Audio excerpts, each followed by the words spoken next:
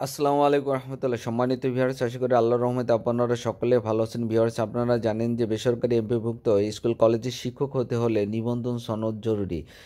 সেই লক্ষ্যে এনটিআরসি নিবন্ধন পরীক্ষা নিয়েছেন। এ যাবৎ পর্যন্ত 18টি নিবন্ধন পরীক্ষা দিয়ে নিয়েছেন এনটিআরসি। তবে এখানে 17তম নিবন্ধন পরীক্ষা সম্পন্ন করতে পেরেছেন এবং 18তম নিবন্ধন পরীক্ষা চলমান। তবে 17তম নিবন্ধন পরীক্ষার্থী যারা রয়েছেন তারা কিন্তু তাদের যোগ্যতার মূল্যায়ন চেয়েছেন। চলুন বিস্তারিত জেনে নেওয়া যাক। তবে বিস্তারিত জানতে আমার চ্যানেলের সাথেই থাকুন। তবে ছোট্ট একটি রিকোয়েস্ট, আপনি যদি আমার চ্যানেলে নতুন হয়ে থাকুন তাহলে চ্যানেলটি সাবস্ক্রাইব করুন এবং পাশে থাকা বেল আইকনটি বাজিয়ে দিন। যোগ্যতার মূল্যায়ন চান 17তম নিবন্ধন উত্তীর্ণ ওরা। আমরা যখন 17তম নিবন্ধন পরীক্ষায় আবেদন করি তখন আমাদের অনেকেরই বয়স ছিল 31 বা 32 বা 33 বছর। পঞ্চম গণবিজ্ঞপ্তি প্রকাশের সময় আবেদন করার সুযোগ না থাকায় এটি ছিল আমাদের জন্য চরম হতাশার। যোগ্যতা থাকা সত্ত্বেও নিয়োগ থেকে বঞ্চিত হওয়া আমাদের জন্য এক নির্মম পরিণতি।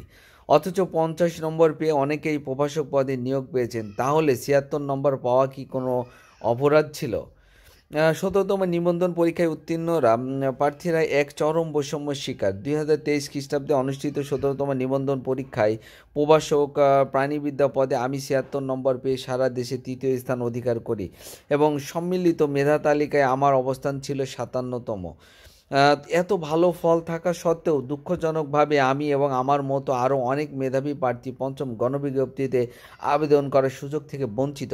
17তম নিবন্ধন পরীক্ষার বিজ্ঞপ্তি প্রকাশিত হয়েছিল 2020 খ্রিস্টাব্দে 23শে জানুয়ারি, যা করোনা মহামারী শুরুর আগেই। কিন্তু এনটিআরসি আমাদের 17তম শিক্ষক নিবন্ধন পরীক্ষা সম্পন্ন করতে দীর্ঘ 4 বছর নিয়েছে।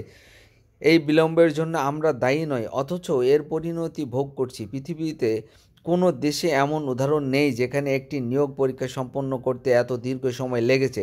উত্তীর্ণ প্রার্থীদের নিয়োগের সুযোগ দেওয়া হয়নি।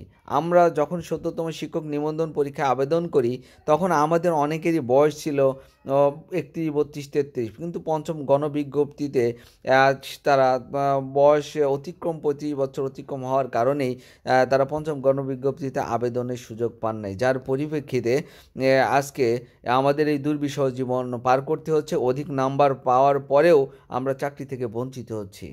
যাই হোক ভিউয়ার্স, বিগত আওয়ামী লীগ সরকারের সময় এনটিআরসি এর অদক্ষতা, অব্যবস্থাপনা ও রাজনৈতিক প্রভাবের কারণে আমরা নিয়োগ থেকে বঞ্চিত হয়েছি। দীর্ঘ 4 বছর ধরে পরীক্ষা শেষ করা এবং মেধাবীদের আবেদন করার সুযোগ না দিয়ে সরকারের ব্যর্থতা, এ ধরনের অব্যবস্থাপনা মেধার প্রতি চরম অবজ্ঞা ও শিক্ষা ব্যবস্থার দুর্নীতির উদাহরণ। তবে বর্তমান অন্তর্বর্তীকালীন সরকারের প্রতি আমাদের বিনীত অনুরোধ, দয়া করে আমাদের মেধা ও আহ, উম, যোগ্যতা অধিকারকে সম্মান জানিয়ে একটি বিশেষ গণবিজ্ঞপ্তির মাধ্যমে আবেদন করার সুযোগ দিন। আমরা বিশ্বাস করি ন্যায় বিচার প্রতিষ্ঠা করে আপনারা মেধাবী শিক্ষকদের দেশের শিক্ষা ব্যবস্থায় অবদান রাখার সুযোগ দিবেন।